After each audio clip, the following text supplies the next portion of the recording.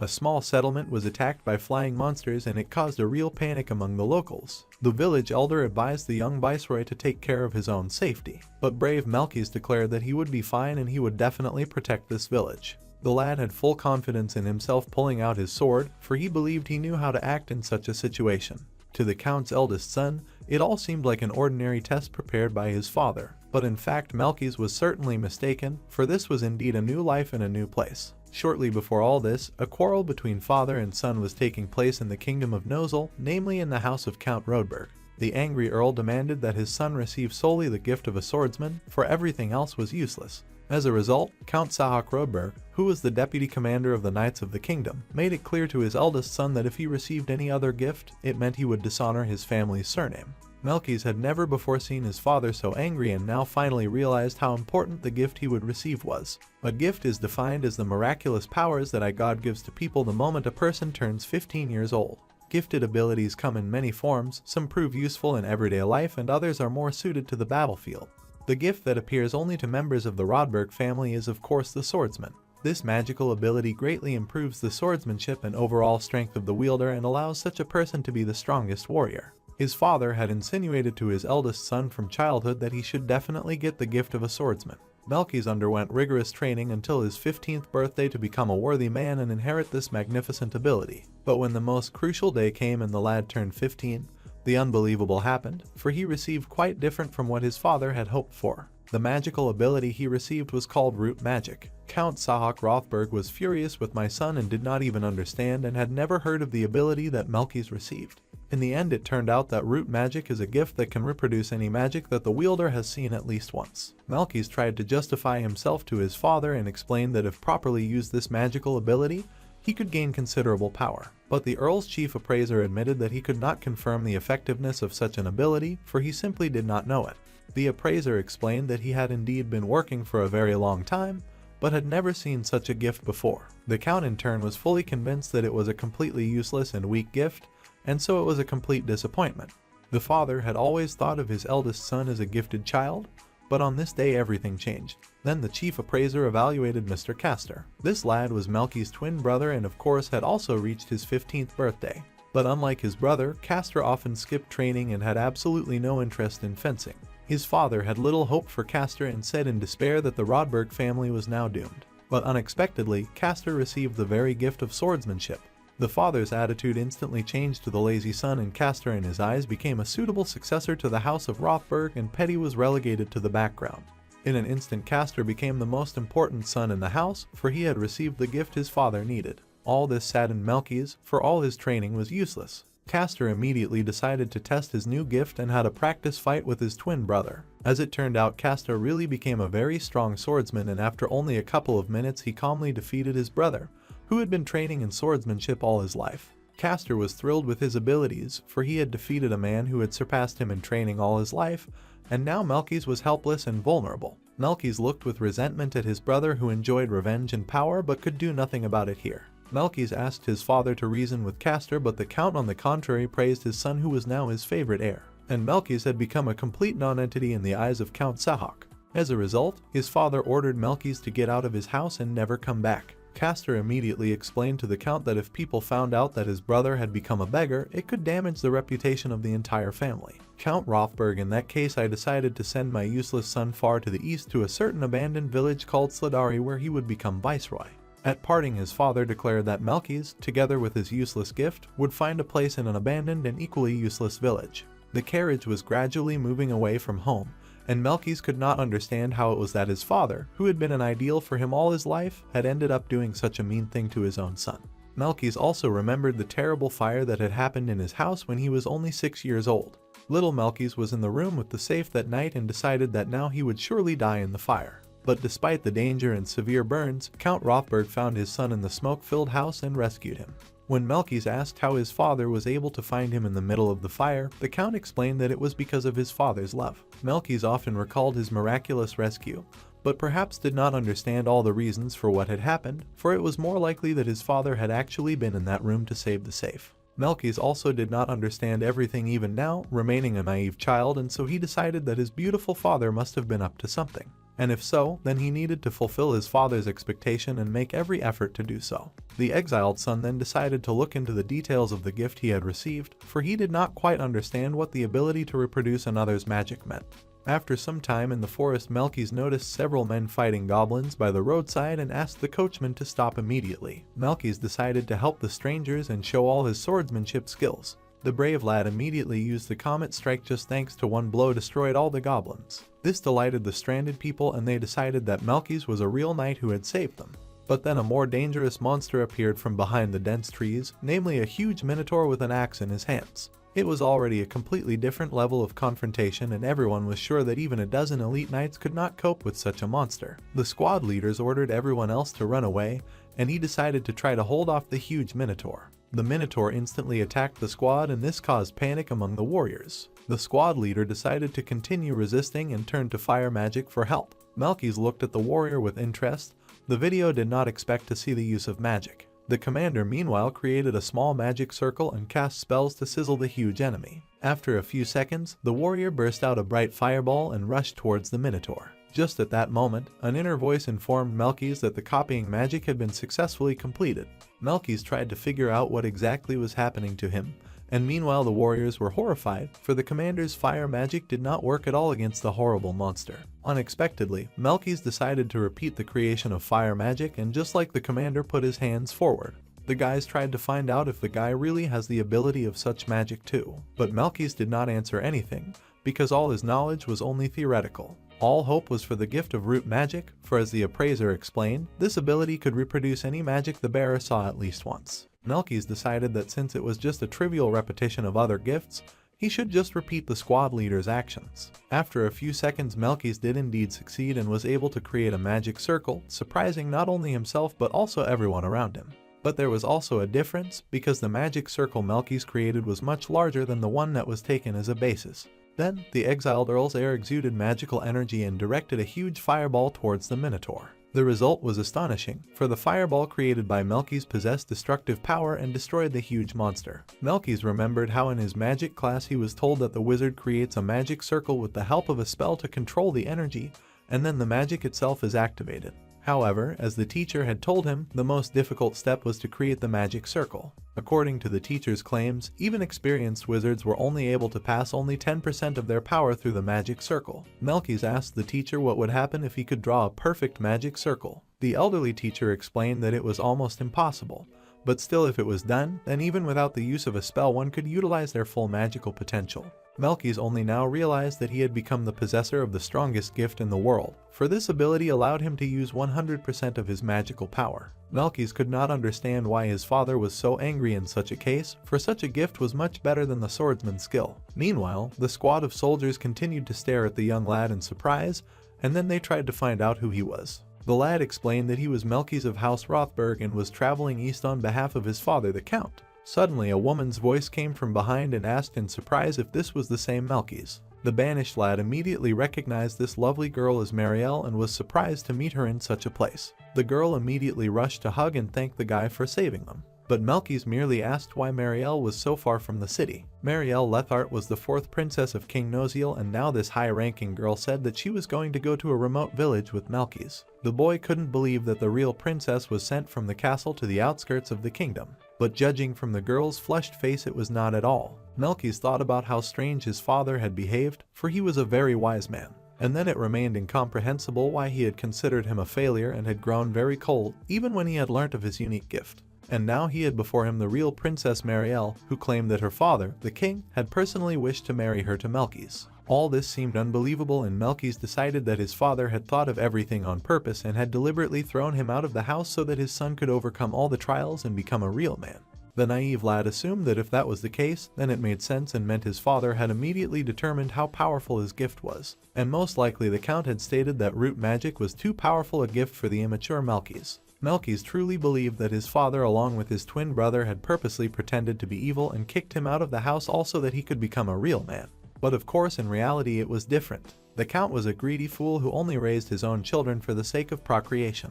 And Castor instantly became naked when he received the gift his father needed. But Melkis got it all wrong because of his naivety. Melkis is really immature, and so it was very difficult for his father and brother to deal with him. And he, not understanding the true motives of his relatives, got angry in vain when he was driven out of the house. Melkis then imagined his caring father personally coming to the king himself and asking that his beautiful daughter marry his banished son. In Melkis' fantasy world, the king really did want to send one of his favorite daughters to an abandoned village with an unknown guy, and Count Rothberg to the king in Melkis' incredible gift by which he would become a support for the king himself. Melkis remembered one of his family's rules, which was to protect the woman he loved with all his might. The boy decided that he had indeed unraveled his clever father's cunning plan, and now this girl had come to help him. But Marielle is purposely silent about all the subtleties, because it's all a big secret. Melkis politely got down on one knee and promised the young princess to protect her at all costs. The naive lad sincerely believed that it was all just a game and a specially created test for him, and so there would be no problem. Marielle blushed in surprise, and Melkis continued to talk about how he would protect the princess even at the cost of his life and would not allow anyone to hurt her.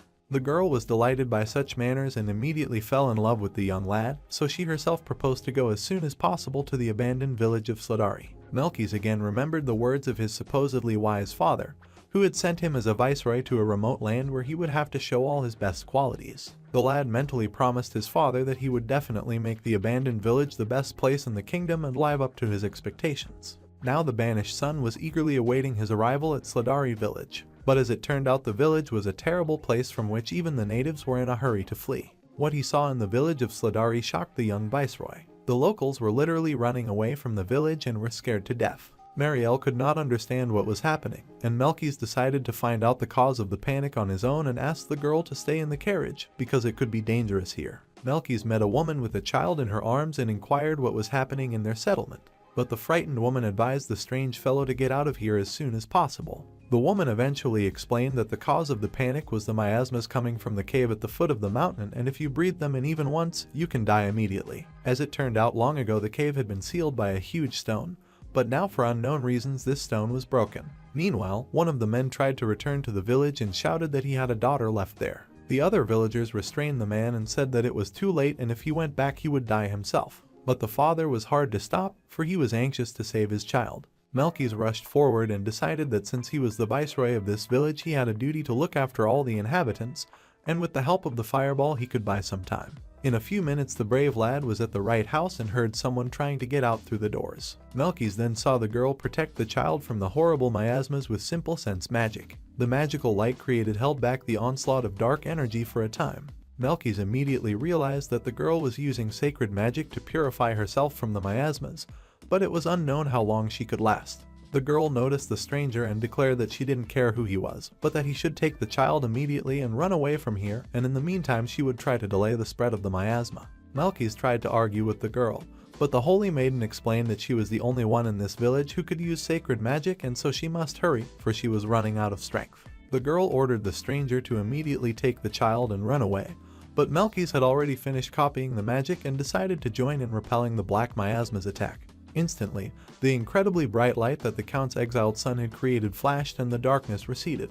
The holy maiden could not believe what had happened, and Melkis advised to take the child and leave the village and he would take care of the rest. The lad explained that he could not leave this settlement and so would try to solve the problem with the miasms. The holy maiden agreed and grabbing the child quickly ran away. At this, the girl could not believe how a strange guy could have the abilities of holy magic, and yet his power was much more powerful than her abilities. Melkis meanwhile decided to deal with the root of the problem to get rid of the black miasma invasion completely. As the exiled heir already knew, the problem was the cave located at the foot of the mountain. At the same time, the fellow thought that he was in this settlement just in time, because right now, the horrible dark energy had burst out from the long sealed cave. Melkis wondered if this could even be a coincidence or if it was once again a planned ordeal by someone. After a few minutes, the guy still managed to get to the source of the contamination and found some man being attacked by goblins. With the copied holy light, Melkis was able to clear the area of the dark energy and the goblins. Instantly everything around was quiet and now everything looked safe, and the injured guy in armor asked for help. Then the knight called Melkis by name and remembered how not long ago he had met his father the Count and received a task from him. Count Rodgard ordered the warrior to go immediately to the village of Sladari to release the miasms from the cave to the outside. Through this it would be necessary to prevent Melkis from becoming viceroy. The lad admitted that he did not understand the meaning of his assignment and reminded the Count that he was the one who had appointed Melkis as viceroy of the abandoned village. But the Count of course did not explain anything and only demanded that the warrior get away immediately. Melkis examined the warrior and immediately recognized this unique armor specially made against Miasms with the Rodberg family crest, and it was amazing. Melkis again decided that all of this had been specially set up by his wise father for the sake of the test. The naive boy again began to fantasize about his father's admiration for the gift he had received, which could copy the magic of any man, and means by traveling to a distant village he would be able to save many lives. Melkis was happy that his father supposedly thought so highly of him and trusted him so much. Eventually, the banished heir told the knight that he had already figured it out for himself. Melkis rejoiced that this fellow had deliberately opened the dangerous cave and released the miasmas in order to fulfill the errand of his father, who continued to care for his favorite son. But the man in armor did not say anything and just ran away from the village, and Melkis thought that this guy was in a hurry to tell about his success in saving the village. The naive young man then decided to explore the cave and found out that it was quite deep. Walking a little further into the cave, Melkis discovered to his surprise magical stones. Such stones were a special type of ore that contained magical energy. Usually such stones were used to create magical tools. The boy remembered his teacher once said that magic stones were found in areas where miasms formed, and apparently this was such a place. The naive lad once again marveled at the insight of his father, who in his opinion had foreseen even the finding of such a valuable treasure. Of course it was just a trivial coincidence, but it was incomprehensible to his loving son. Melkis decided that if he started to mine the stones and sell them, the miasmas would completely disappear from the area, and thus he would be able to overcome his father's test. And the village would have a new industry because of this, and people would be happy to get good jobs. Melkis was indeed genuinely delighted with his father, for he continued to believe that everything was happening for his good. Although of course he was sorely mistaken. Melkis greatly overestimated his father's kindness and wisdom, for he could never believe that the man who raised him could so easily forget and betray him. After visiting the cave, Melkis returned to his village and was greeted as a true savior. All the locals thanked the lad for his courage and determination, for it was only thanks to his act that they remained alive. Marielle immediately rushed to hug her lover, and Melkis apologized for making the princess worry. Then she beautiful shiny stone that the boy had brought with him. Melkis told how he was able to discover many magical stones in the cave at the foot of the mountain, which can now be freely mined and sold. And the village would gain new business because of this, and at the same time they would be rid of the influence of miasms forever. The holy maiden was delighted with the lad's feat, for he had single-handedly managed to deal with such a terrible problem. Then Melkis did introduce himself to the villagers and explained that from this moment on he was the viceroy of this settlement. The villagers gladly welcomed the new governor, especially since he had been a savior to them, and immediately showed his concern. Many residents decided that thanks to the new viceroy they were living in a new way, and the village would now become a normal settlement. But there were some villagers who thought that Melkis was too young for such a responsible role, and what would happen if it turned out that he had absolutely no knowledge of economics and politics. But just at that moment, Marielle Lethard addressed the residents and explained that she was the fourth daughter of the king and would assist the viceroy in all matters. The girl told how at the royal court she had been trained by the best scholars of the capital, and therefore she knew perfectly the methods of politics and administration of the territory. These words were received with surprise by the locals. Melkis was pleased that he would now have such a competent assistant. Although this girl seems very frivolous, she must actually be very intelligent. Melkis confessed that now he would rely on Marielle to help him with everything, which made the princess blush instantly. And the natives began to rejoice and proclaimed the two young men as their rulers who would surely lead them to a happy life. Melkis decided for himself that he, as the new governor, should make all the necessary efforts for the sake of fulfilling his father's expectations, for that was the main purpose of his presence here. But in the meantime his father was furious, for his plan to destroy his son's property had completely failed, and now he had to come up with something new. As it turned out, immediately after Count Rodberg banished his eldest son from the house, he received an invitation from the king himself. At this meeting, the count was to receive the title of Marquis, and the count was very excited as he thought that at last his services as deputy captain of the knights would be appreciated. The count went to the meeting with his son Castor and reminded him of the rules of decorum. The father explained to his now favorite son that he would be Marielle's fiancé from now on. Castor was delighted, for he liked such a beautiful girl. The father promised that the king should be sure to say that Melkis was an unworthy suitor, for he had not received the gift of the swordsman, and so it was best to marry his daughter to Castor. Having fancied only the best for themselves, the count and his son went to the king's palace in high spirits. But as it turned out, King Aloysius Letharth of Nosla was outraged that the count had sent his son Melkis to the outskirts of the kingdom because his daughter Princess Marielle had left. Count Lodberg did not expect such a reception at all, the more he could not imagine that the princess would go after his banished son.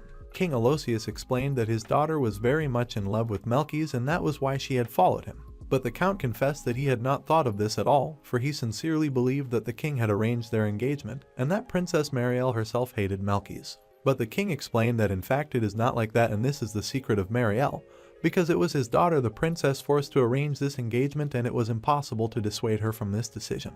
Count Lodberg was surprised at this turn of events and asked that didn't the king himself choose Melkys, a gift of a swordsman who is only in his family. But the king laughed in the count's face and explained that a member of the royal family would never go to the front lines, and therefore Melkys did not need the fighting gift at all. At this point the earl blushed with anger, for he realized that he had thus spoilt the king's whole plan. Then the king explained that one day the three of them and Melkys were sitting at the same table drinking tea and talking about important things. The count could not believe that his son was on his own at the king's reception. Aloysius once again reminded him that his lovely daughter Marielle had been very worried about Melkys being irresistible while training with the knights. Melkys showed amazing performance in fencing, shooting, riding, and even etiquette. The king praised the young guest for his diligence. Melkys was very shy in the presence of the king and looked with interest at the princess, who was embarrassed. The king of course immediately noticed the sympathy between the young people, and he liked it because his daughter was pleased. But then the king of course reminded that in order for Melkys to marry the princess he had to have a certain title, and it was for this purpose that the king decided to give Earl Rodberg the title of Marquis. The count was shocked by this news, for it was now clear to him that he could receive such a high title not because of his merits, but because of his banished son.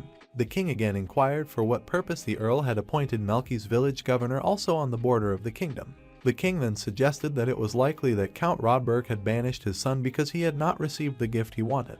The count was horrified at the king's insight and immediately tried to justify himself. The count stated that Melkys had trained very hard but ended up with a weak gift and was very upset. That was why he sent Melkys on holiday for a year to give his upset son some fresh air. The king sensed the lie in the earl's words and was immediately angry. But then the king quickly calmed down and realized that a holiday in the countryside was indeed a good thing. The king then demanded that Count Sahak go to visit his son. This came as a surprise to the count, and the king went on to say that there is nothing like a good holiday. But in the end, as it turned out, the king believed the count's lies and admitted that he had indeed originally thought that Sahak had thrown his son Melix out of the house and called him a disgrace to the family. The count laughed falsely and declared that he would never have done such a thing to his favorite son. The king replied that it was fine because otherwise he would have stripped the Rodberg family of all titles and exiled them to the most distant and harsh lands. The earl was furious after such a failed reception from the king. Now he had to solve the problem and get his banished son back. Castor was also at a loss as to how to do this. After all, you couldn't just say tell Melkys to come home. Count Sahak sincerely wanted the distant village to disappear completely, for if that were to happen, his son would never return home. And if any disaster occurred, in that case Melkys would not be able to be the viceroy of the village, and then it would be easier for him to pass on the words of return. Father suggested writing a message something like this, that of course it was too bad Melkys had turned out to be a weakling, but if he returned home he might earn forgiveness. Castor was ready to take his father's message and began to pack for the journey, while the count was happy at his ingenuity and thought he had come up with an ingenious plan. But as it turned out that day, Earl Sahak made a terrible mistake. After all, if this man had set aside his pride and explained things as they were, things would have quickly returned to normal. However, the sneaky count didn't know that his choice would create a lot of problems in the future. Meanwhile, Melkys decided to go to the Adventurers Guild. The boy explained to Marielle that he had learnt about it from the villagers, and the villagers also complained that recently the well has dried up and they can't get water. There is also a shortage of crops, and there is a terrible dragon living in the mountains that can attack them. Some villagers complained about dilapidated housing and lack of steady income. Many were worried about the lack of firewood, and all were afraid of the coming winter, and even small children complained about the lack of food and wanted more meat. Melkys himself was not very happy with the local food, the sight of which made him sick. As a result, the viceroy of the village decided that he had a very difficult job ahead of him, for many changes needed to be made in the village. Melkys was also worried about a possible attack on his village by monsters. That is why the young viceroy decided to ask for help from the adventurers. Marielle approved of her fiancé's decisions and wished him good luck.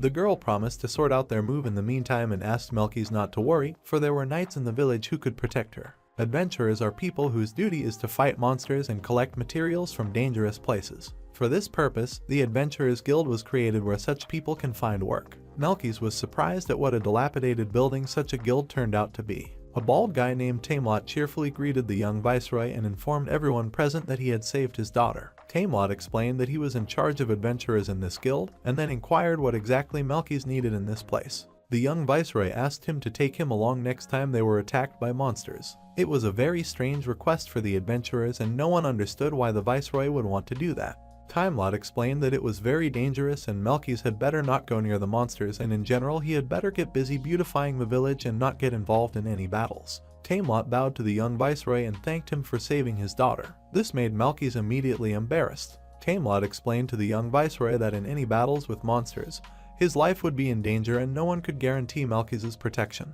Therefore, such a good man should never be allowed to be put in a deadly situation. Melkys then asked if the adventurers had enough strength to protect themselves. The boys replied that everything depended on circumstances and no one could know in advance what would await them. Melkys could not understand why these men cared so much about him. The young viceroy again remembered his father and decided that it was he who had asked the adventurers to take care of his favorite son. After all, this was the only way to explain everything that was happening. The naive boy even blushed with shame because he really felt that his father was overprotective. Timelot eventually agreed to take Melkys with him, but only on condition that if he could prove his ability to defend himself. The bald adventurer offered to have a practice battle, and if Melkys lost, he would give up his ideas of engaging in monster battles. The young viceroy agreed to such terms, for he felt confident. The rules of the duel were quite simple, and the one who would strike his opponent first was considered the winner. Timelot decided to fight at full strength, for it was for the good of the viceroy himself. Immediately after the fight started, the bald adventurer instantly attacked his opponent, but Melkys was a skillful fighter and easily repelled the huge axe. Timelot's strength was enormous, but Melkys was able to contain it thanks to his sword technique. Timelot then decided to apply a magical increase in physical strength and was greatly transformed even visually. The other adventurers knew that Timelot's speed and strength was now 1.5 times greater and no one could defeat him in this state. But Chalky was not going to give up and dodge the bald-headed adventurer's lightning strike. Just at that moment, the copying of Timelot's magic was completed, and now the young viceroy had access to magical enhancement of physical abilities. Melkys instantly activated his new skill and felt a surge of strength. The young viceroy then attacked his opponent and with a powerful blow knocked the axe out of Timelot's hands. The winner was decided, and Melkys asked Timelot if he had now passed the test. But the bald adventurer could not accept his defeat and shouted that this was not all. Timelot declared that Melkys was not ready to go to the front lines anyway, for it was much more dangerous there, and then ordered the rest of the adventurers to attack the young viceroy. Melkys was instantly surrounded, and the adventurers decided to defeat the young adversary at all costs for his own good. As a result, all the boys pounced on Melkys at the same time, and it looked really dangerous. All the adventurers of course apologized for their impending act, but all were interested in the attack on the viceroy. But after a few seconds all the adventurers were defeated and knelt down to apologize to the young viceroy. Melkys was pleased with the result and realized that now everyone was definitely convinced of his abilities. The adventurers praised the lad's abilities and of course asked no more questions about his ability to fight.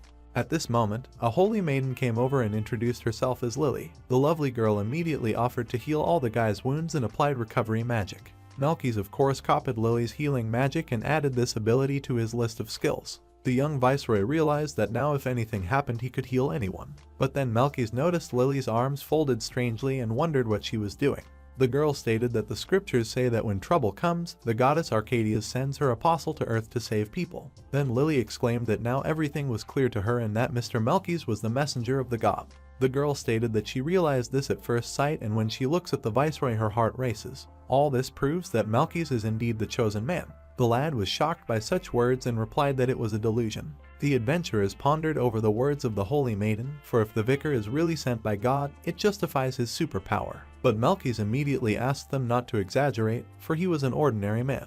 The guy was very worried about Lily's condition and advised the girl to see a doctor because her condition looks like symptoms of heart disease. But Lily insisted on her own and continued to say that Melkys had been sent to earth by the goddess Arcadius. In the end, the young viceroy decided that such misunderstandings only brought unnecessary problems, although he did not understand much about his own life. Then Timelot explained to the young viceroy that it was actually easier for monsters to simply attack the settlement.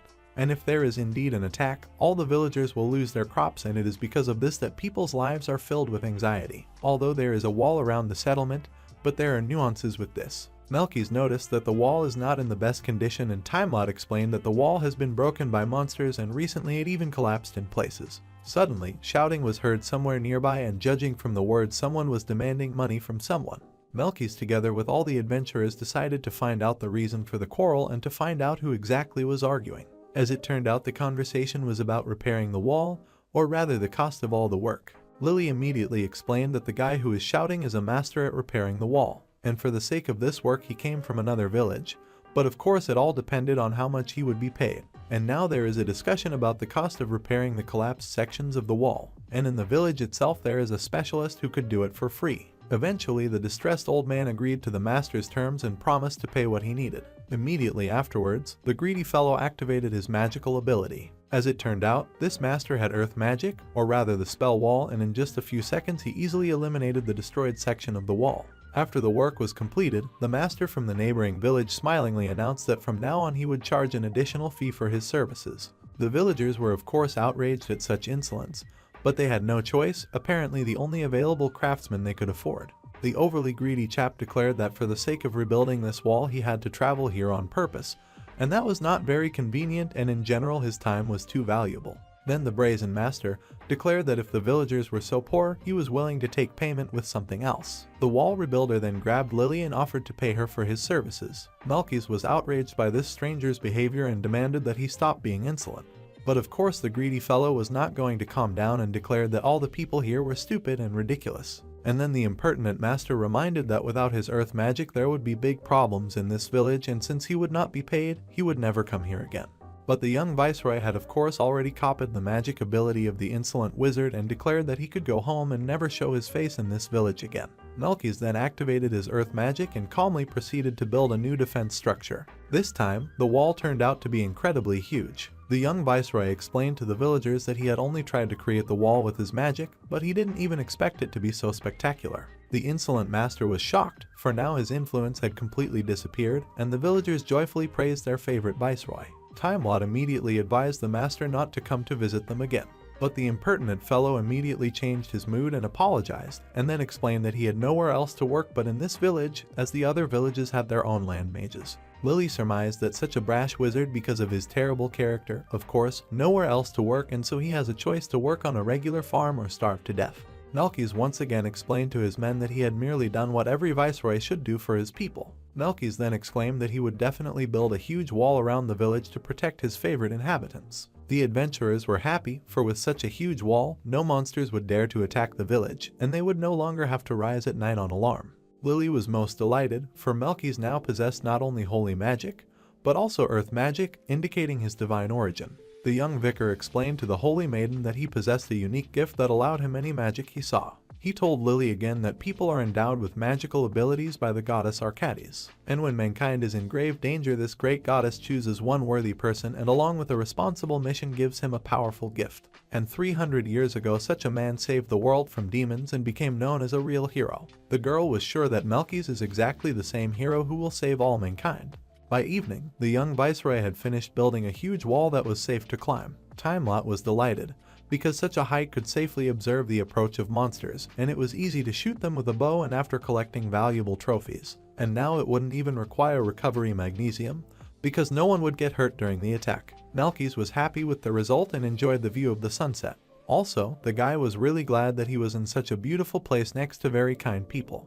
Next, Melkis went to the house of the former governor, where he was to live now, but approaching the building the guy was surprised because there was light in the windows. As it turned out, at home the viceroy was waiting for Marielle, who immediately began to embrace her favorite hero. Melkis did not expect such a surprise and asked the girl why she was here. Marielle stated that they should live together, after all they were engaged, so there should be no problem with that. The young viceroy did not find how to challenge the princess's decision and decided to obey. But then the cunning Marielle asked him not to tell her father that they had decided to live together without his permission. Melkis thought that this was indeed a serious challenge, for if the king found out, he would surely be very angry. Much as it turned out, inside the house still continued work on the arrangement of furniture and belongings of the viceroy and of course the princess. Suddenly, the porters dropped the bed and the wooden furniture instantly broke. The boys were very frightened and promised to prepare a new bed as soon as possible. But Melkis was not at all upset about the broken furniture, but only nobly helped the porter to get out from under the debris. Marielle watched her fiancé's noble act with interest. The young viceroy asked the porters not to worry about the broken bed and explained that they could take their time, for in fact he had no need for such furniture. But the young princess with her behavior and red face gave away her upset, and all the boys immediately understood why the girl was not angry, but only blushed. It was a great chance for the princess to invite the groom to her room, which she did when the porters left the house. The bride and groom were in the same bed for the first time, and the emotional strain made neither of them want to sleep. Melkys was very worried because by a strange coincidence he found himself sharing a bed with Princess Marielle.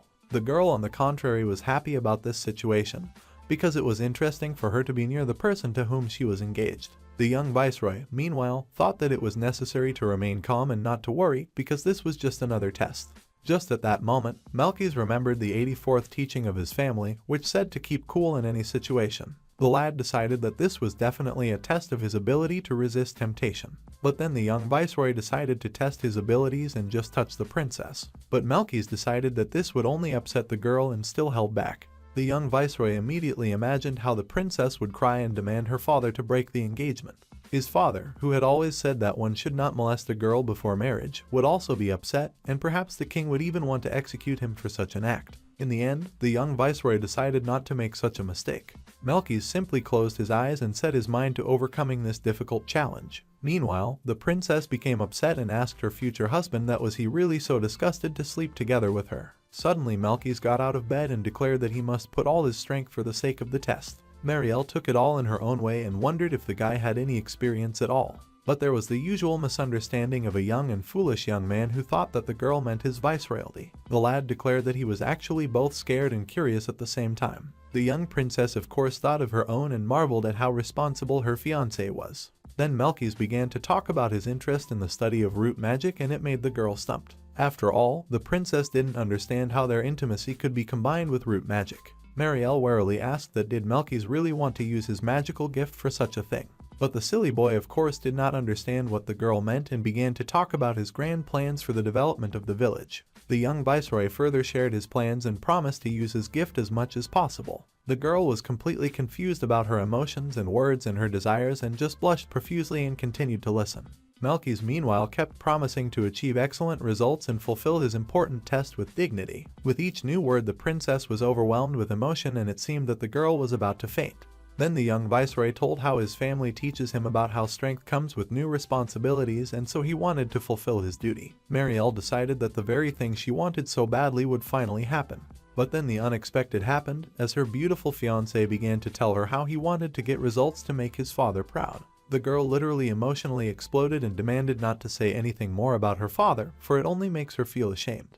But the naive young man began to say that there was no shame in improving the lives of the village people, and he simply had a duty as viceroy to make these people happy. The princess's grief at this point was unbounded, for all her plans for intimacy were ruined. Marielle continued to be red in the face and thought about her feminine desires. But Melkys did not understand anything even now and eventually decided that it was also very important for the princess at this moment to think about the happiness of the villagers. After a few minutes the degrees of emotional tension in the room decreased, and eventually both engaged people decided to just sleep.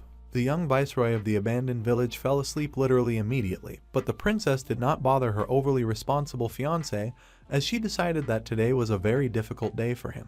Marielle, having never succeeded in making her wishes a reality, she yawned loudly and went to the realm of Morpheus. Even in his sleep Melkys kept thinking that in the evening he had overcome the most difficult test, but still managed to overcome temptation in himself. The next morning the young viceroy resumed his cares and once again became convinced that the local field was too small to grow the necessary amount of food. The local farmer of course complained about the monsters that constantly destroyed crops, but now there was a huge wall around the village and this problem evaporated. The local people were also worried about the unfavorable climate, which did not allow to grow most of the existing vegetables in this world. This was of course more difficult, because the young viceroy could not influence the climate even with his magical abilities. Based on these problems, the locals were constantly starving and a way had to be found to grow enough food and eliminate malnutrition. But suddenly a carriage pulled up to the village gates and out of it stepped Castor's twin brother. The young governor had not expected such an encounter, and Castor, as usual, showed his ignorance and asked if his useless brother was still alive. But foolish Melkys again took it the wrong way and thought that his brother had come on purpose because he missed him. Melkys told him that he was actually fine and was having a great time with Marielle. Then the young viceroy boasted that tonight the young princess had slept on his arm. Such words caused Castor's anger and envy to surge, and he didn't even hide it. Castor asked how it was possible that his foolish brother slept in the same bed with the princess. But Melkys, strangely enough, really was foolish, confessed to his brother that he had passed the test of coolness perfectly. Eventually Castor explained that he had come for a reason, but had brought a message from his father that said that if Melkys wanted to return home to the Rodberg family, he would be allowed to do so, but only now. The foolish young viceroy admired his father's generosity and imagined how the Earl had been worried about him all this time, even perhaps losing his appetite through excitement. And now his magnanimous father and kind brother, who had grown weary of this mental ordeal, let him return home. But finally, taking his emotions in hand, Melkys declared that he could not return now. The young viceroy declared that he could not return home until he had completed his important assignment. Castor was furious at the refusal he heard and decided that his cursed brother was actually fine in a quiet place, and even more so in the company of a beautiful princess. Melkys did not go into details, as he again took Castor's anger for his regret and bade his brother farewell while remembering to thank him for his visit. An angry Castor returned to his wagon and told his companion that it was now his turn to display his abilities. Castor then reminded the mysterious man that the Count had ordered not to kill Melkys, but to make sure that he could no longer be governor of this village. It was necessary to create circumstances in which Melkys would have no choice but to return home. Castor also reminded the mysterious man of how much money he had been paid, and so he should try his best. Meanwhile, the young viceroy strolling through the village found himself in a cloud of poisonous mist and instantly applied the sacred magical light. But immediately afterwards, Melkys felt something wake up his legs, and then he found himself in the arms of an unknown creature. As it turned out, Melkys was grabbed by a predatory plant. After that, a mysterious mercenary was nearby, who gloatingly declared that an ordinary child was no match for his wonderful magic. The young viceroy immediately realized that rare plant magic had been used against him, creating a vile mist and a giant flytrap. The wily mercenary decided not to stop and squeezed his magic flytrap even harder. But Melkys didn't put up with this state of affairs and used his magical body enhancement and instantly destroyed the nasty flytrap. The treacherous mercenary was very surprised at the strength of an ordinary boy, but decided to still bring the matter to an end and attacked again.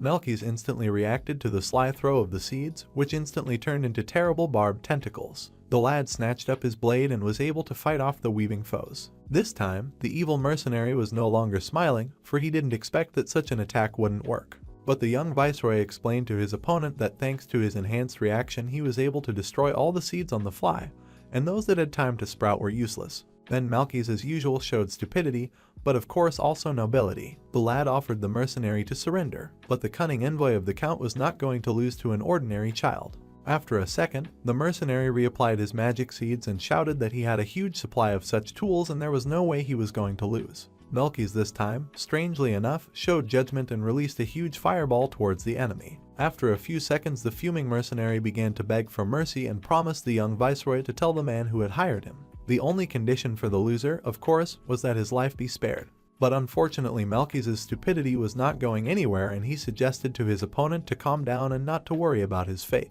The Count's mercenary, of course, began to say that he had not wanted to kill Melkys at all, but had been forced to do so. The mercenary asked to be released, but the young viceroy apologized and said he could not do so yet. Melkys explained to the mercenary that they needed to have a serious talk first and then they would make a decision. The mercenary was shocked by the young viceroy's behavior, for his real assassin was received with all sorts of honors and treated as a dear guest. The mercenary, as promised, told the whole truth, that it was Melkys' father who had hired him for the task. But the foolish young man once again assumed that it was just a clever move of his father, who had specially made it so that he could learn a very useful plant magic. And with such unique magic, the village could be improved. To make things look more interesting, his father had invited a hired assassin. Melkys had a nice conversation with the assassin and offered him some flavored tea. The assassin thought he was just trying to poison him, but in fact nothing but sugar was put in the tea. And then the young viceroy even offered the mercenary the use of his personal carriage, as it was very difficult to get to the foot of the mountain. In the end, Melkys drove the assassin closer to the place where he could get home and didn't even understand why the assassin was shivering all the way. After that, the young viceroy decided to use the plant magic he had successfully copied.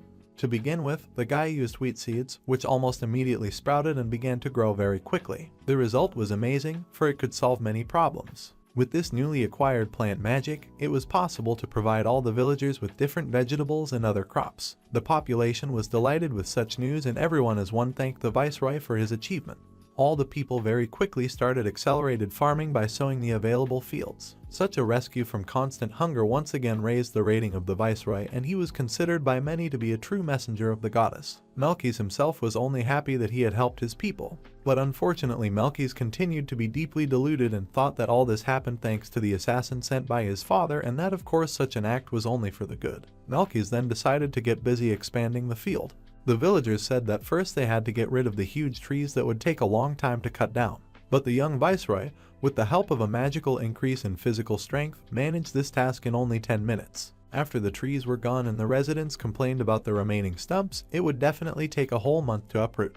But even in this case, Melkys instantly solved the problem. Thanks to the fireball, only ashes remained from the stumps. The villagers began to discuss among themselves that they were not helping their viceroy at all and decided to participate at least in the beautification of the new field. Altogether, they began to labor in the field. Melkys actively helped the villagers with the help of earth magic, and the people in turn tried to keep up with their young governor. After the work was finished, the whole village gathered around the field, for they had never seen such a well-tended field before. Thanks to this, everyone was now provided with food and decided to have a grand feast. Marielle immediately suggested a harvest festival where all the villagers could eat as much vegetables as they wanted.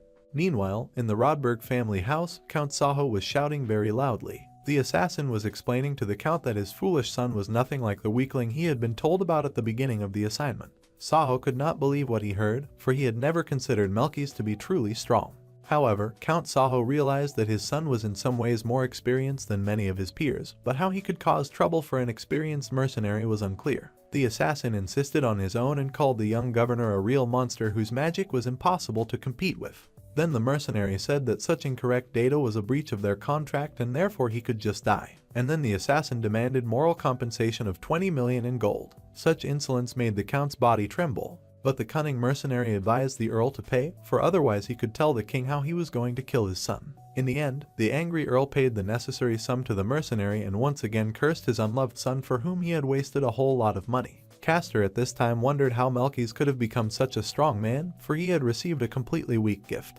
As a result, Saho and Castor surmised that Melkys had originally possessed strong innate skills and now needed to act completely differently. Of course, none of this was true and they were wrong, but they would only find that out later. Castor reminded his father of how his brother trained every day without rest, and perhaps that was the true reason for his strength. The Count, however, decided to spend the remaining money this time to send the strongest brigands to the village and settle the matter definitively. The treacherous Count planned to have the evil robbers burn the village to the ground, and he did not care at all what would happen to the villagers in the process. Castor tried to explain to his father that it was still not a good idea to involve the locals, but Count Saho reminded him of how his great house of Rodberg would disappear if they did not force Melkys to return home. To solve his problem, the Count conceived the idea of enlisting a band of brigands, the Black Scorpions, as their strength was comparable to the kingdom's army and one would be sure that these men would fulfill their task. Castor supported his father and said that it didn't matter at all how strong his brother was, but this time he would definitely not stand. But a few days later, Count Saho was shocked by the news that all members of the Black Scorpion gang had been captured and put on trial, and the reward for their capture had been given to the village of Sladari. This time, the Count shouted louder than ever, for he could not even imagine how strong his exiled son was, since he was able to deal with the strongest bandits. Castor decided to take matters into his own hands and suggested that he, with his gift as a swordsman, should in any case be superior to his brother. The Count, on the other hand, was desperate, for now he did not know who he could count on. In the end, the head of the Rodberg family decided to go to the village himself and not even leave a bare spot of the settlement. Out of anger, Saho even broke his favorite vase, believing that he was not a bad swordsman after all. As a result, the Count's carriage set off with the sole purpose of destroying the village of Sladari as soon as possible. Such a desperate act was of course preceded by the destruction of a gang of Black Scorpions, for which one has to go back a bit. Timelot, the rest of the adventurers decided that they really owe a lot to the young viceroy, for this guy takes excellent care of the villagers, uses fireballs, and fights monsters and always communicates politely. But suddenly during the preparations for the harvest festival there was an attack by a gang of Black Scorpions. These guys proved to be so brazen that they promptly entered the village. The Black Scorpions were outlaws who terrified everyone and were famous for destroying hundreds of villages. The whole life of such brigands was to plunder and destroy weak opponents. Although the Black Scorpions appreciated the new walls of the village, they were still easily able to overcome such an obstacle and decided that they could quickly deal with this settlement. The local adventurers decided to go straight into battle and defend their native home. Ahead of everyone, of course, was the bald jolly Timelot. But the common bandit turned out to be a very strong man and fought off Timelot's attack. As it turned out, the leader of the gang had a unique gift to give all of his underlings immense power. The leader had a magic seal, and those people who had such a seal for the rest of their lives had to obey his orders, and in return they became strong and very agile. The leader of the gang was confident in himself and his men, because thanks to this magic seal they were so strong that they could compete with the royal guard. But Malchus was not afraid of the brigands and began to gradually destroy the invaders. The leader of the gang did not expect such resistance and decided to first destroy all the villagers and then deal with the young viceroy.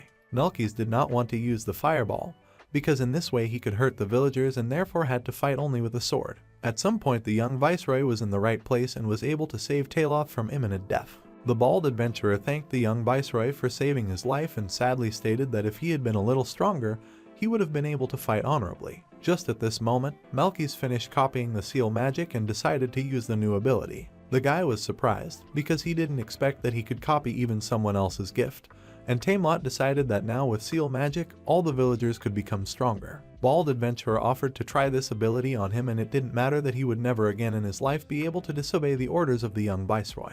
Tamelot explained that all the inhabitants of this village were willing to serve Malchus for the rest of their lives and that all else was of no importance, especially now in mortal danger. The rest of the villagers supported this idea and promised to listen to their viceroy in everything, for they were sure that Malchus would never force them to do anything terrible. The young viceroy agreed and used seal magic on everyone at once, which gave the men tremendous power. Each of the boys had a magic seal on his arm and they all felt an incredible surge of strength, as if they were born anew. The leader of the Black Scorpions didn't expect such a surprise and stopped being so confident. In the end, the battle lasted for a while longer, but its result was obvious. All the members of the Black Scorpion gang were captured and sent to the capital to face the royal court. The young viceroy praised his men for the excellent battle, for this time he had done practically nothing. But the inhabitants thought quite differently, for it was Malchus who had endowed everyone with great strength, thanks to which they had managed to defeat the terrible robbers. Indeed, all the villagers looked like real athletes and sincerely thanked for such great strength with which they could now effectively defend their settlement. Malchus was delighted with this result, and even more pleased that he was able to make these people happy. The young governor thanked the people for their kind words and promised to rely on them for everything. But after a few days the reinforced men he faced an unexpected problem. Some of the weapons could not withstand the intense pressure during a blow and simply bent. Tamelot explained that thanks to the young viceroy they had become very strong men and now it was difficult to calculate their efforts when using weapons. For example, the steel handle of the axe simply bends and does not hold up during a blow. Malchus enjoyed how strong its inhabitants had become, for it solved many problems and pleased above all the people themselves. For up to this point the long-suffering village had been endangered many times and the villagers could do nothing about it and most often fled or were robbed. Meanwhile, Count Sacco continued his journey in the creaking wagon and waited for the moment when he would be able to display his power to the full in the village of Sladari. But the foolish exiled son had no idea that his settlement would soon be attacked by his own father. Yet the young viceroy is certain that any invader will regret his decision. After the grand victory over the brigands, the villagers still had a splendid harvest festival. The vegetables grown with the help of the viceroy's magic tasted great, and the villagers liked them very much. And the best part was that there was a huge amount of food. The local female cook wasn't sure if Malchus and Marielle would be happy to eat the village food, but it was actually the opposite. The viceroy admitted that the local dishes were even tastier than the ones he had eaten at home. Marielle also praised the local cuisine, which was no worse than that at the king's palace. The feast was a success, all the locals were happy about the new changes that brought only good things, and the young princess did not forget to woo her future husband. But Malchus continued to be hostage to his fantasy and remembered with gratitude his father, who used to teach him to respect the boundaries of others. After the harvest festival was over and the young viceroy and the princess were at home, Marielle made another attempt to seduce her hesitant fiancé. The girl reminded him that they were engaged and therefore must decide to take such a step. Malchus did not even immediately realize that all this was not a dream. But then he realized that the princess was really in his bed. Marielle asked why Malchus wasn't happy that they were together. The viceroy continued to resist, but at the same time, in order not to offend the bride, called her very sweet and charming. Marielle was happy to hear compliments about herself and it made her virginal fantasy play out even more. The princess declared that she sincerely wanted to make Malchus happy and to do it right now. But the viceroy once again foolishly thought it was all just a test of his father and so refused to give in to temptation. Malchus's delusion was that he believed that the princess was only helping in the trial that her wise father had arranged and that he was a groom that she had not chosen. Though at the same time the foolish young man did not understand why Marielle was trying so hard to achieve her goal and perhaps he was wrong about something. Also, the young viceroy decided that the princess was trying to fulfill her duty as a princess in spite of her likes and that is why she was trying so hard to insinuate that she really liked him. Although in reality Marielle would prefer a different chosen one. Malky's brain worked very strangely, and that is why he came to this erroneous conclusion. In the end, the guy stated that he certainly respects the princess's aspiration, but even so, it is necessary to wait a bit because they still have a long time ahead of them until they get married. But Marielle was not going to back down and once again insisted on reciprocity, which caused a real panic in Melky's. Looking into the young princess's loving eyes, Melky's began to guess what you were thinking, for it was difficult to explain such behavior as a mere performance of duty. Unfortunately, in the head of the young viceroy again came but a stupid and most importantly wrong idea. The guy said that Marielle is not ready to molest any man for the sake of her desires. This overflowed the cup of the princess's patience, and from her screaming shook even the house. Just a second ago, the seductive and kind girl turned into a real and vicious demon. Marielle expressed everything she thought at that moment about her fiancé, and the most decent thing was that he simply misunderstood everything and was terribly mistaken. Melky's ended up feeling very ashamed of his words but did not realize that the girl had never been with other men. Even so, the viceroy stated that he thought it was wrong to have intimate relations before marriage and he would not want his bride to be involved with other men. After such words, the young heart of the princess still showed leniency and Marielle forgave the foolish young man. Although Melky's as usual did not understand anything and only surprised at such a quick change of mood. Early in the morning, Count Sao still reached the village of Sladari and was ready to show all his strength. Judging from the conversation of the local guards, Count Sacco realized that these village fools had never seen him, the deputy commander of the Royal Earl Rodberg, for they called him a common old man. Meanwhile, the Timelot Adventurer Guild was busy training a child who was showing incredible ability at his young age. The child's desire was not to be taken away, for he wanted to become as strong as the Viceroy. Thanks to Melky's magical intervention, absolutely everyone in the village had become very strong people, which completely defied all laws of logic. Count Saho immediately appreciated the high quality of the training area in this village and didn't expect to see such a thing at all. Count Saho's first target was what he considered to be the toughest local adventurer, which of course turned out to be Timelot.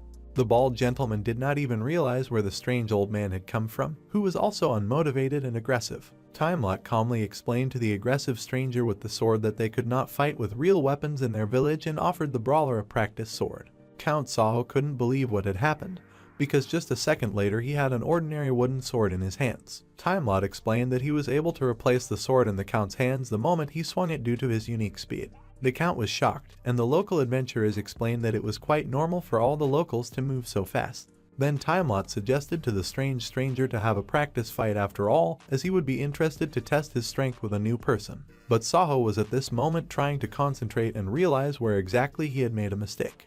Then, gathering his strength, the Count remembered the fourth swordsmanship style of the Rothberg family and decided to use his strongest lightning strike. This technique was really very effective, because previously such a blow of the Count could only repel only the commander of the Royal Knights. But for the Count, the unbelievable happened. Ordinary village adventurer armed with no less than an ordinary axe, without any effort to stop the aristocrat's rapid attack. This caused a storm of emotion from the Count, though Timelot appreciated the strength and speed of his opponent. Just at this moment, Saho decided that he was finally recognized and claimed to be the deputy commander of the Knights. But all these buzzwords didn't impress the village adventurer too much. Timelot calmly asked that is it really so novices are taken to high positions. The aristocrat was furious and continued his senseless attacks. But the bald adventurer had no difficulty in fighting the enraged Count and even managed to joke that at such an age and swordsmanship is most important spirit, and the rest may still have time to learn Count. After many unsuccessful attacks, Saho decided to use and activate his magical gift, although he was well aware of the dangers of using such an ability. The local adventurers were surprised by the manifestation of magical power, and especially by the bright discharges of lightning that emanated from the aristocrat's blade. Count Saho proudly declared that it was a powerful gift that had been passed down in his great family from generation to generation.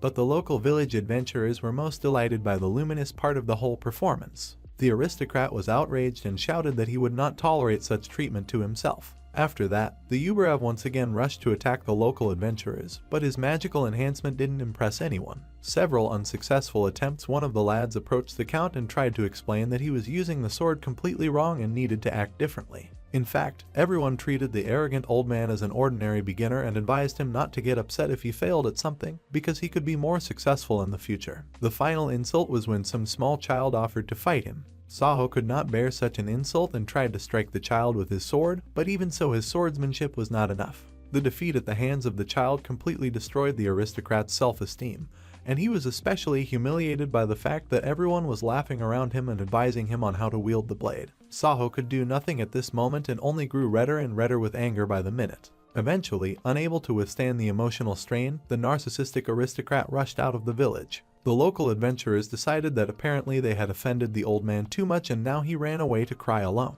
Tiamat was saddened and decided that he needed to be gentler with his guest and perhaps even give in to him a little. Just at that moment a young viceroy came up and asked what they were having. The bald adventurer explained that a strange man had come by who apparently wanted to learn swordsmanship, but he ended up running away. Melkis said thoughtfully that it would be nice if his great father came to visit him one day and then everyone would know how good a swordsman he was. The adventurers were immediately interested and asked him to tell them who their favorite viceroy's father really was. Melkis of course began to tell them that his father was the best man on earth with a kind and generous heart. Melkis did not forget to mention how his father loves children very much, and also he always keeps calm in any situation. The viceroy's story made the village adventurers believe in the existence of the marvelous father and everyone wanted to meet him, not even realizing that a few minutes ago they had interacted with him. Meanwhile, an humiliated Count Saho Rothberg was in a rage and destroyed any objects around him.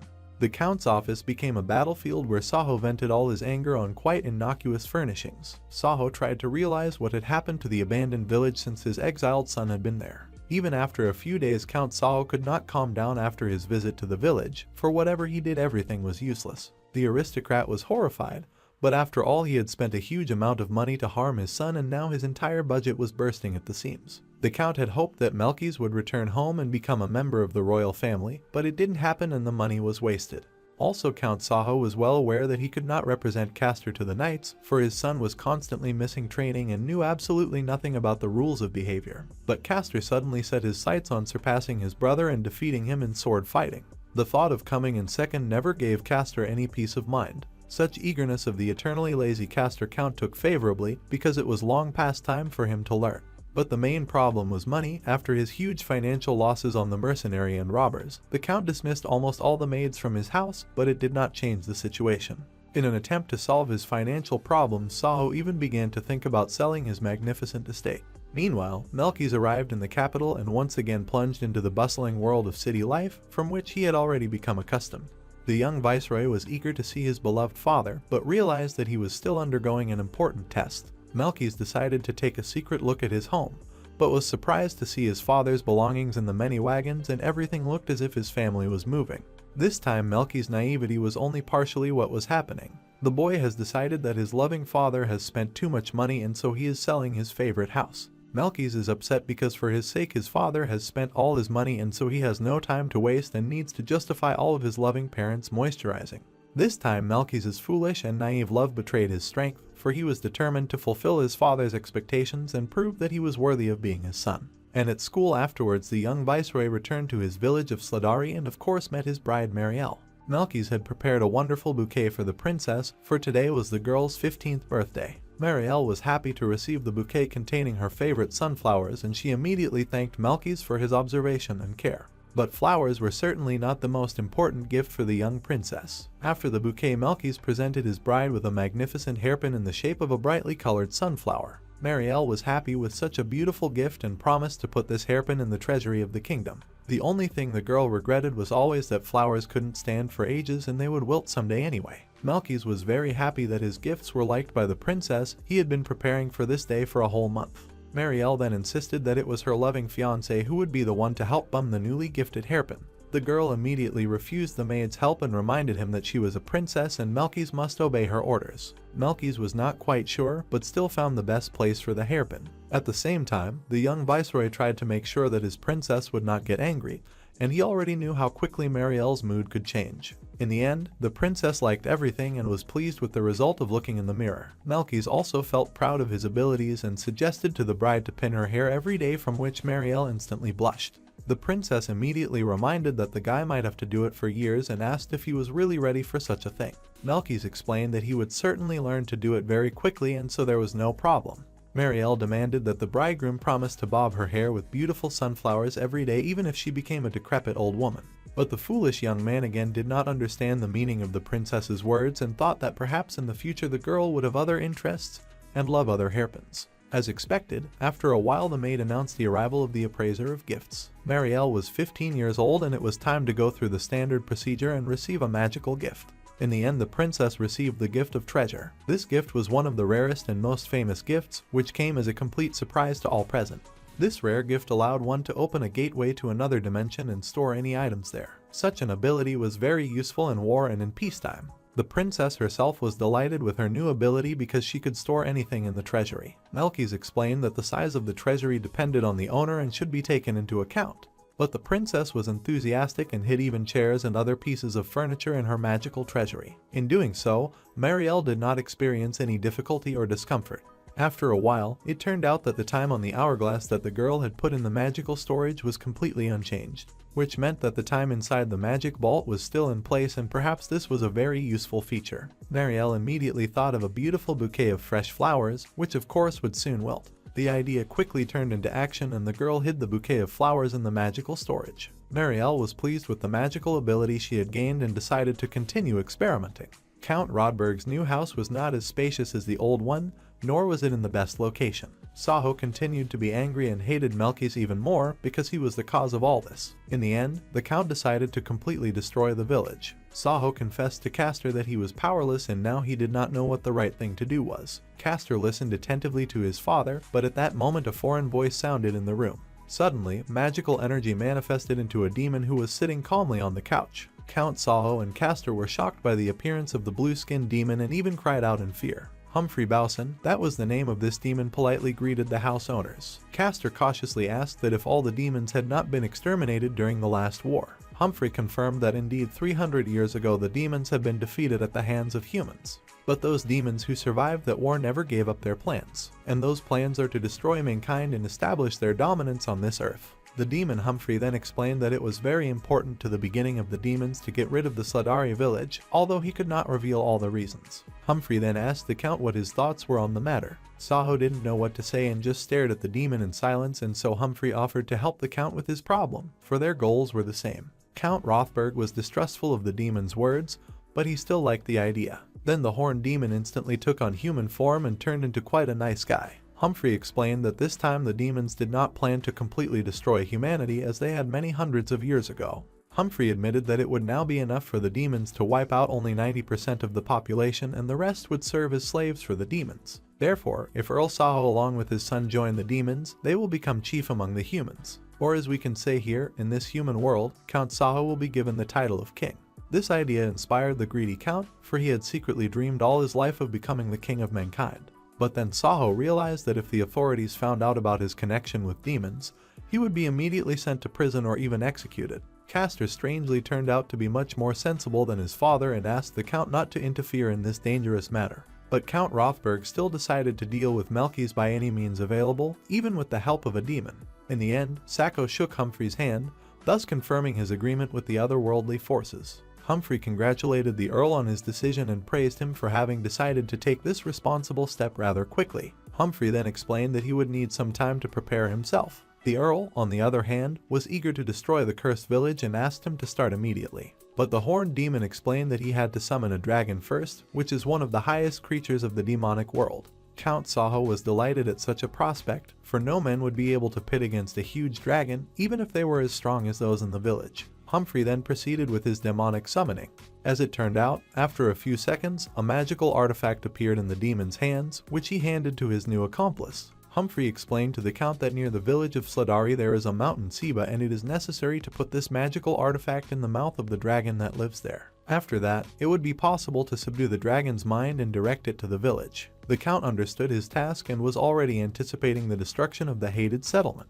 Saho ordered his son to set off immediately to end the problem as soon as possible. The demon Humphrey was pleased with the result. More than anything else, he enjoyed controlling stupid people. The next day, Saho and Castor were already at the foot of Mount Siba. Unlike his father, Castor showed prudence and reminded the Count that the dragon was the strongest among the monsters and it was very dangerous to approach it. But Saho did not respond well to the warnings. After a while, the Count managed to track down a cave of a dragon that was about the size of a die. It was not the largest dragon, and perhaps not the oldest, and so the Count reminded his son of their swordsman ability and decided to act. Approaching the unsuspecting dragon, Saho showed wonders of marksmanship and was indeed able to throw the magical artifact right into the monster's mouth. The demonic artifact worked instantly and the dragon became controllable. Delighted with his success, Saho immediately ordered the animal to go to the Sladari village and destroy it.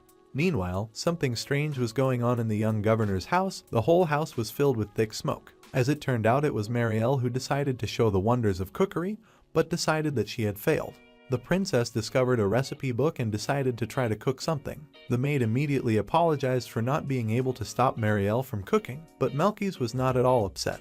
Every time the princess cooked, something strange happened, such as there was fish in the apple pie. But Melkys did not worry about it and always supported his bride. The young viceroy always tasted what the princess cooked even though it looked terrible. Marielle herself knew she made a terrible cook, but she kept trying to create something good. The girl was grateful for Melkys' courage and marveled at how he wasn't afraid to try suspicious dishes. After Melkys appreciated the rather good taste, the girl was happy and decided to put the pot away in magical storage. After all, the food couldn't be allowed to spoil. Melkys marveled at how the princess was using the legendary magic gift. But suddenly alarmed cries were heard and it became clear that a dragon was attacking the village. The locals were frightened by the appearance of a huge monster and decided that those who can fight should take up arms and the rest should leave the village and hide in the forest.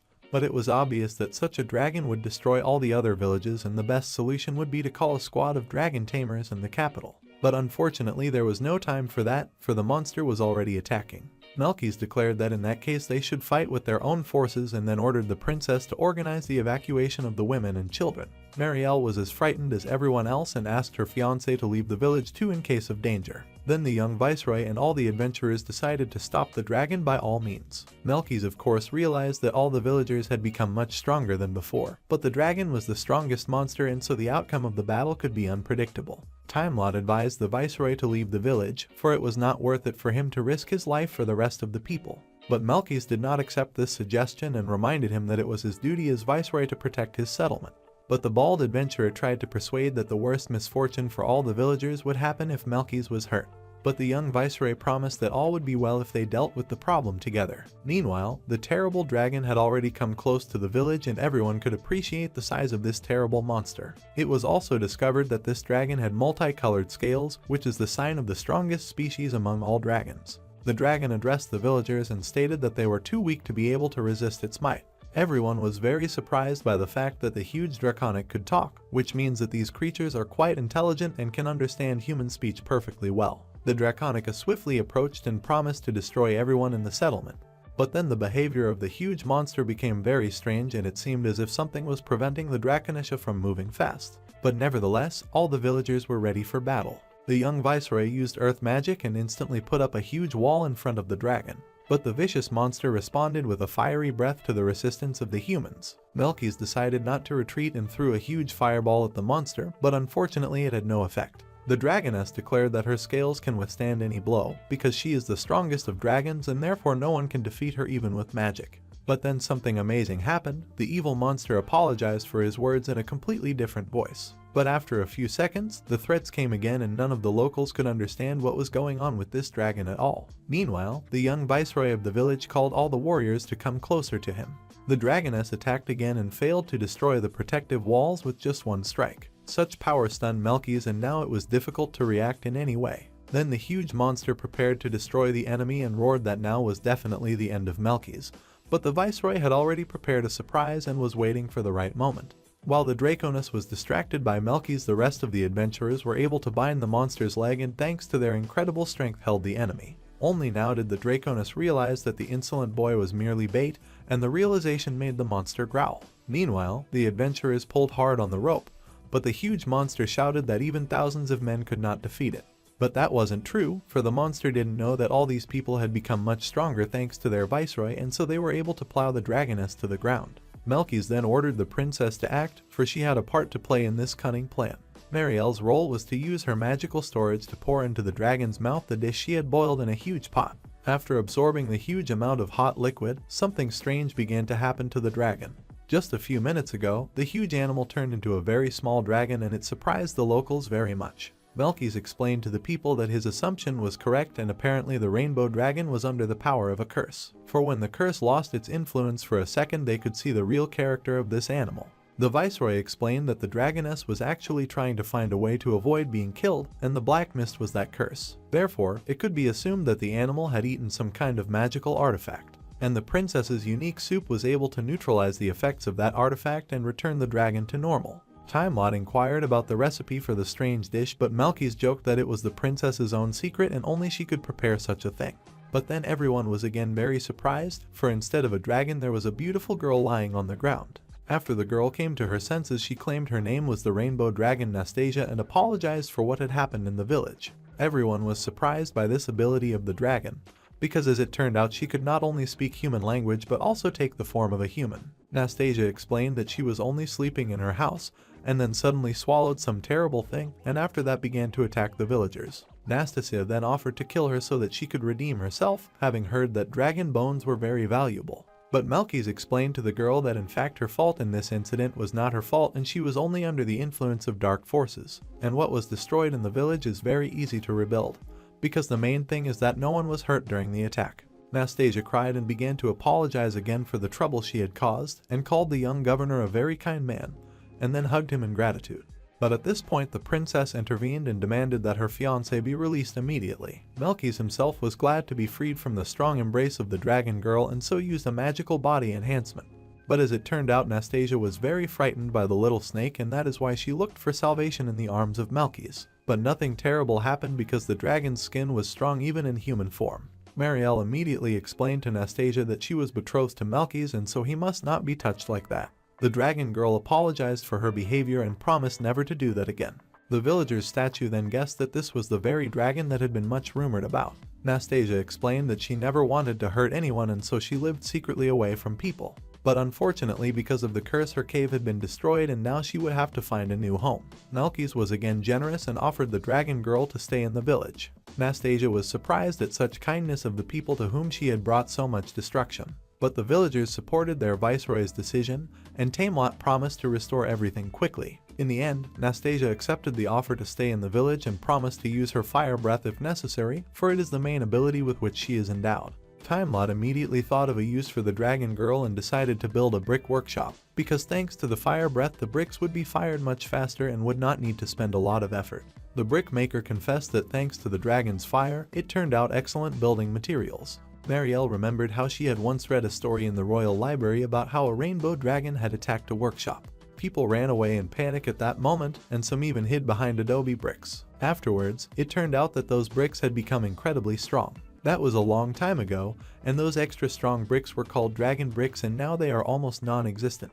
The princess said that the royal treasury was made of such marvelous bricks. Saint Lily began to thank God again for the appearance of such incredible bricks in their village, and the bald adventurer decided to use his axe to test the strength of the building material. Timelot used all his strength, but only the axe broke, and the bricks remained unharmed.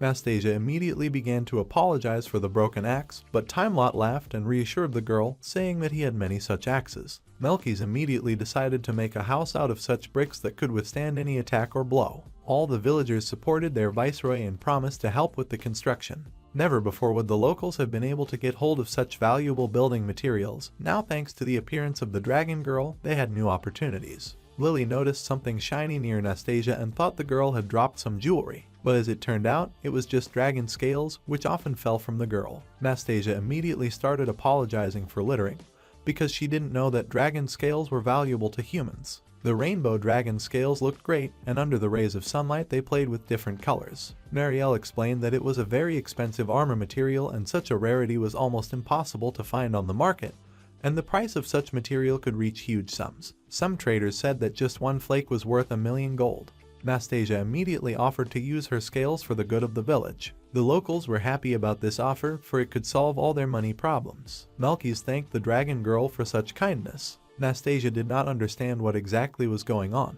but the young viceroy explained that her scales would make all the villagers feel great. Nastasia promised to do her best to help good people. The village of Sladari may have boasted a population of only a couple of hundred people, but there have been huge changes in the locality recently. Of course, the main change was the appearance of the young viceroy Melkys. Before this chap appeared, the village had small wooden houses, but after the recent events all the villagers became owners of big brick houses. Even the layout of the streets has changed a lot because the main designer of the village was Princess Marielle. During her life in the palace, the girl had studied city planning and was therefore able to solve these problems wonderfully. The former crooked streets, which were more like ordinary paths, were now transformed into well-maintained smooth avenues. The roads were so wide that even a dragon girl could walk along them safely when she assumed her animal form. Saint Lily often thanked the goddess for her village's new life, and also thanked the goddess for sending such a splendid viceroy. Melkys hadn't paid attention to the holy girl's behavior for a long time, for she was always praying and thanking someone for something. The young viceroy was happy about the changes in his village, for now it looked more like a capital with its stone houses and wide streets. But Marielle argued that this was just the way it should be. The princess explained that if they planned to develop further, it was important to make wide streets in advance. And when the village gets bigger, this will not be possible because of the new houses and shops. So this is all being done for the future of the village. Melkys did not really understand anything about architecture and trusted his bride completely. The only thing the young viceroy wanted was happiness and prosperity for the locals. But as it turned out, not everyone was happy with such global changes. But no matter how many times Melkys asked the locals why they were sad, none of them would admit or say anything. Everyone immediately pretended that everything was going well. Eventually, Melkys decided that some new phase of his father's ordeal was taking place. The boy imagined how his noble father had decided to teach his favorite son to understand all the needs of his people, and that was why he made people sad. Melkys decided that it was unworthy to ask people directly, and he himself should find out the reason for their upset. Melkys actually believed that his father had time to come to the village and coax all the locals to artificially portray their discontent just to test his favorite son. Melkys, as usual, showed complete idiocy and presented his father as a nobleman who tried his best to get people to help him, and now people are keeping the secret and creating trials. Melkys decided that he had to live up to people's expectations and find an answer to why not now such malcontents. Meanwhile, at the Rodberg house, the Count docked as usual, loudly trying to explain to the demon that his plan with the rainbow dragon had completely failed. But the demon calmly drank his tea and listened to the fact that the dragon had not even been destroyed, but even worse, it had been tamed. Count Saho explained that Humphrey's magical artifact had only worked halfway and he had personally witnessed it. The horned demon wondered why his plan had not worked, since the demonic artifact he had provided had great power. Meanwhile, Saho doubted the demon's power, for he had heard before that some of them might be too unreliable allies. But then Humphrey proposed a new plan and asked him to listen carefully. But listening to the demon was not possible, for there was someone knocking at the door of the house. When the Earl opened the door, he was surprised to see a whole squad of royal gendarmes. The royal gendarmes were a unit that fought crime and maintained order within the state, and the knights, to which Sahak himself belonged, usually fought monsters and external enemies. The Count could not understand why a whole troop had come to him, but the girl immediately apologized for the unexpected visit and promised to explain everything. As it turned out, the Count was visited by the head of the royal gendarmes herself, Mrs. Julian. Such a visit could not be just, and Julian stated that Sahak was accused of committing a serious offense. Count Rothberg of course denied all the allegations and stated that it was utter nonsense. Julian reported how the Black Scorpion brigands had recently attacked a village on the outskirts of the kingdom and were then captured and sent to the capital.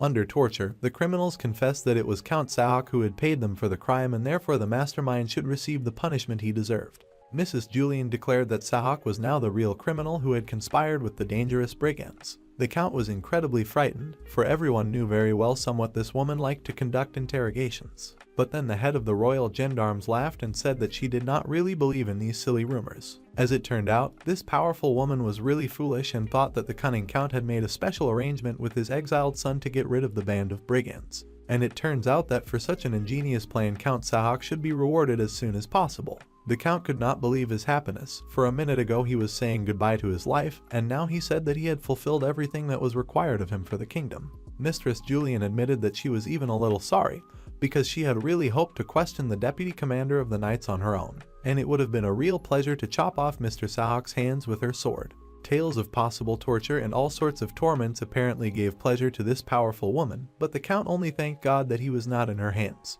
But the deputy head of the royal gendarmes, Iria, reminded her mistress that as soon as a suspect confesses his guilt, the interrogation must be completed. The Count stood silently and just listened to the two girls discussing their usual business and rejoiced that this time he was very lucky not to find himself on trial. Iria finally said that killing suspects during inquiry was not allowed, for it was her duty to execute criminals. The two girls then began to scrutinize the Count and discussed aloud how wonderful it would be to interrogate him and then execute him, if he was the real culprit, of course. The Count could not stand the emotional strain and demanded to be released. The girls immediately began to say that it was an offense to use force against the authorities, and therefore they could arrest the Count immediately. Sahak realized that if he moved any further they would definitely arrest and torture him. But then Iria suddenly felt warm and took out a crystal that reacts to demon magic. Iria asked the Count if he had crossed paths with anyone suspicious. Sahak of course replied that he had not, because how could he tell that just a few minutes ago there was a demon sitting in his living room quietly drinking tea? The Count then stated that as far as he knew, all demons had long since been destroyed. But Miss Julian explained that, unfortunately, it had recently come to light that some demons were still alive and wanted to make deals with humans. Then the girls explained that they are obliged to kill not only the demon but also the person who links with him, and they have in their hands an order from the king himself. Julian then suddenly had a sudden desire for a drink of water and looked around the room for life-giving moisture. The girls asked to be treated to tea, but the Earl was adamant that he would not let the authorities into his house. In fact, it was difficult to explain to these insolent girls the reason for such a decision, but the Count realized that if they entered the house they would definitely see a demon. But then Julian decided that the Count was just hiding a secret mistress and wanted to have fun, and so he should not be interfered with in such a savory affair. After the royal gendarmes left his property, the Earl simply collapsed to the floor from emotional exhaustion. The demon joked that the Count looked too tired after such a short time with the girls, but Sahak really felt bad and realized that now he had no turning back. The Count realized that if he broke off his relationship with the demon, he would immediately die, and if the gendarmes found out about everything, he would be executed by those two unstable women. So there is no choice with a good outcome. At this point, the Count hated his exiled son even more, as he blamed him for all his troubles. In the meantime, Mistress Julian admitted that the Count's behavior was in fact too suspicious and should be watched carefully. Iria replied to her mistress that she was eager to wait for the moment when the old man was in their hands. Meanwhile, the young viceroy in the village continued to think about a problem that was troubling everyone in his settlement.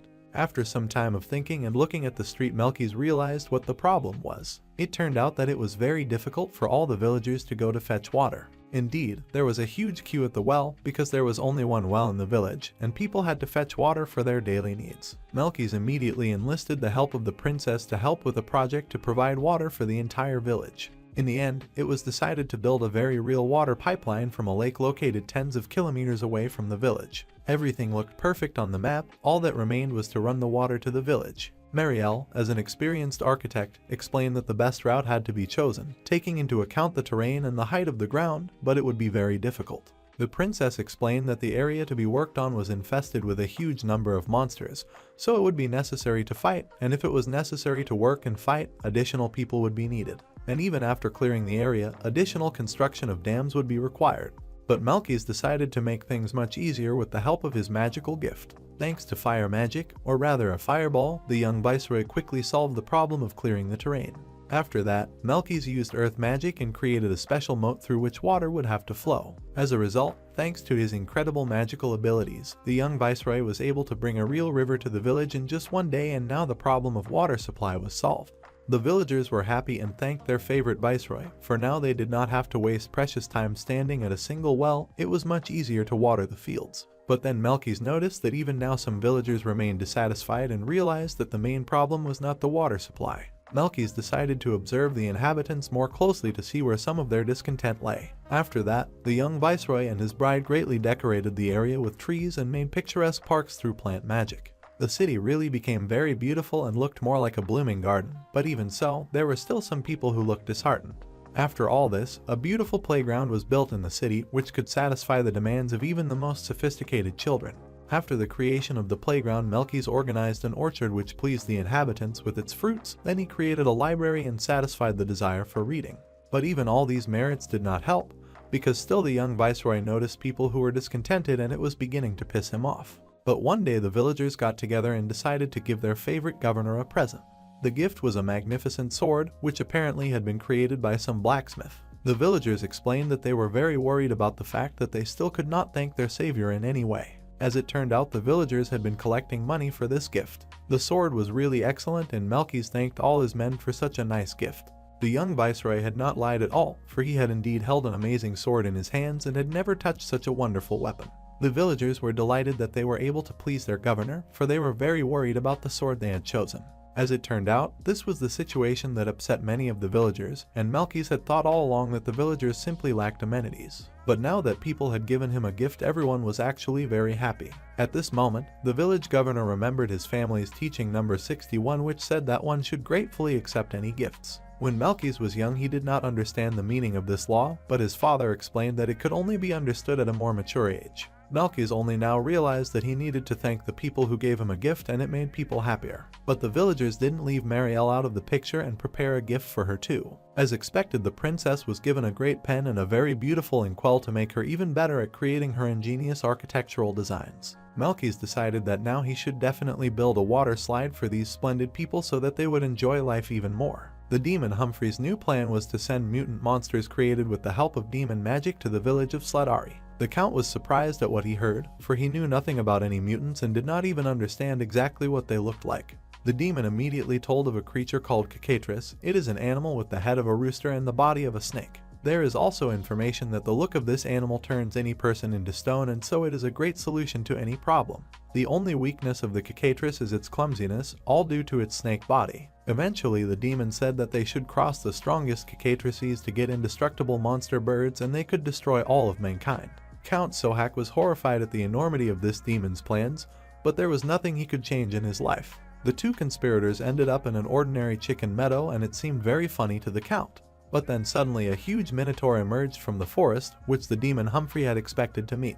Count Sohak had no intention of fighting a terrible monster, much less a minotaur, and so he decided to get away as quickly as possible. But Humphrey reminded his accomplice that demons could easily control monsters, and so there was no need to worry. The demon, with the help of his dark magic, decided to try out the improved Cacatris, for all he needed to do so was here. The Count was shocked at how lightning fast the huge minotaur turned to stone, for it took only a few seconds for the regular Cacatris to do so. But Humphrey promised more amazing things and advised the Count to watch more closely. Cacatris was able to destroy the huge stone statue of the minotaur with just one powerful blow, thus showing his incredible power. Count Sohak was now convinced himself that Cacatris was the strongest monster, and it was all made possible by demonic crossbreeding. After such a show of strength, the Count was confident that this time the village would not be able to resist and would finally be destroyed. Count Sohak and the demon Humphrey ordered all the horrible monsters to immediately go to Sledari village and completely destroy it. But as it turned out, Melkys was walking nearby in the forest, and he was able to recognize the hooded man as his beloved father. Count Sohak and the demon immediately opened up in the forest, because for them it was a real failure. But the naive on the spot in the village of course understood nothing and only regretted not being able to talk to his beloved father. Melkys then thought that his noble father had come to visit his son, as he had missed him for a long time. Yet it was not clear why he had run away in the opposite direction from the village. But then gradually common sense began to appear in Melkys' mind, and the lad began to replay the moments when his supposedly noble father had sent the dreaded Cacatrices into the village. Eventually, the young viceroy realized the full meaning of the words his supposedly noble father had spoken. Melkys realized that at this moment giant chickens, or rather horrible mutant monsters, were heading for his beloved village, and so he quickly ran home. The first thing Melkys did was to break into the Adventurers Guild and report the impending danger. Barely breathing and trying to speak calmly, the viceroy informed the adventurers that a pack of Cacatrices was approaching the village right now. The young viceroy also explained that these creatures were different from ordinary monsters and that they actually had a chicken torso and incredibly strong legs. Melkys also warned the adventurers that these monsters could turn everyone to stone due to their magical gaze. Melkys advised everyone to be very careful, even though he possesses cleansing magic. And then Melkys, after a lingering pause, decided to move on to the main message. The young viceroy exclaimed that these horrible monsters had incredibly tasty meat, and so they should all try their best to make their dinner tonight special. Alas, the still newly nascent common sense in Melkys' mind went out like a match. The foolish viceroy thought that his noble father had deliberately unleashed a pack of Cacatrices on the village to give his favorite son a gift of fine meat. And now it is necessary to appreciate such kindness of his father and to arrange a real feast in his honor.